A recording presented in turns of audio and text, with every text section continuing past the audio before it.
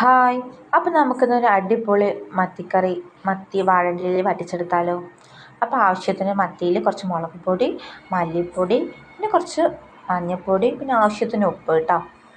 പിന്നെ പുളി വെള്ളത്തിലിട്ട് വെച്ചിട്ടുണ്ട്. അപ്പോൾ അത് തിരുമ്പി പിഴിഞ്ഞ് കുറച്ച് ഒഴിക്കണം. പിന്നെ കുറച്ച് കരിവേപ്പിൻ്റെ ഇല, ആവശ്യത്തിന് പച്ചമുളക്, കുറച്ച് ഒഴിക്കാൻ പാടുള്ളൂ കേട്ടോ പുളിവെള്ളം. പിന്നെ കുറച്ച് വെളിച്ചെണ്ണ. അത് നല്ല തിരുമ്പിയിട്ട് നമ്മൾ പത്തിരിച്ചട്ടിയിൽ വെക്കുകയാണ്. ആദ്യം വാഴയില ഒന്ന് വാട്ടണം കേട്ടോ. എന്നിട്ട് നമ്മൾ അതിലേക്ക് ഇട്ടിട്ട് ജസ്റ്റ് തീ ഒന്ന് ചട്ടി ചൂടാകുമ്പോൾ ഒന്ന് കുറയ്ക്കുക. ആ സിമ്മിൽ വേവാൻ പാടുള്ളൂ കേട്ടോ. ഒരുപാടായ വാഴയില കരിഞ്ഞു പോവും. അപ്പം നമ്മളെ മത്തി റെഡി ആയിട്ടുണ്ട്. മത്തി പറ്റിച്ചത് നല്ല മണമാണ് കേട്ടോ. വാഴയിലേൻ്റെ ആ ടേസ്റ്റും സൂപ്പറായിട്ടുണ്ട്. എന്തായാലും എല്ലാവരും ട്രൈ ചെയ്യണം. വീഡിയോ ഇഷ്ടമായി ലൈക്ക് ചെയ്യണം, സബ്സ്ക്രൈബ് ചെയ്യണം.